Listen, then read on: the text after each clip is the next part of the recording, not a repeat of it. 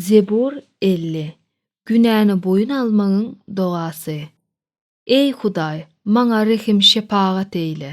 Öz sadyk söýgüň hatyrasyna, öz merhemetiň köplügine görä sen öçürmeniň etmişlerimi. Sen meni bütünlei ýuw ýazgymdan hemde tämizlemeni günämden. Çünki günälerimi boyun alýaryn. Günäm elmydama meniň öňümde. Sana garşy men günä etdim. Seniň nazaryňda yamanlyk etdim. Şoňa görä seniň sözleriň dogry, çykaran hökümüň de sen adalatly. Hakyky, men günäli dünýä inenim bäri, günäli men, enem göwresinde galalym bäri. Ine, sen hakykat isleýärsiň ýürekde.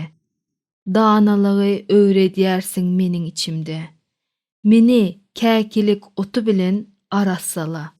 Bolaryn men pek, meni ýuw, bolaryn men gardan hem appak. Maňa eşitdir şatlykdyr begenç sesini, meni peseltdiň, indi bolsa men şatlanayyn. Meniň günälerimden sow, seniň ýüzüňi hemde öçür meniň ýazyklarymy. Ey Hudaý, mende päk ýürek ýarat we içimdäki hakykat ruhuny özgert. Sen öz huzuruňdan meni taşlama, menden mukaddes ruhuňy alma. Öz halas edişiňiň şatlygyny sen maňa gaýtar. Ihlasly ruh berip maňa söýget bol. Şonda seniň ýollaryňy bitabinlara öwrederin men. Günäkärler hem saňa öwriler. Ey Hudaý, meni halas eýleýän Hudaý, döken ganymyň günäsinden sen meni gutar. Dilim saňa halas gärime nagmalar aýdýar. Ya Taňry, aç sen meniň agzymy. Meniň dilim saňa alkyşlar aýtsyn.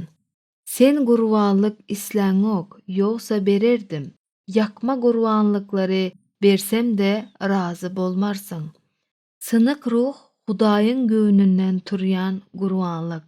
Ey Hudaý, synyk ökünçli ruh, sen kemsitmersiň.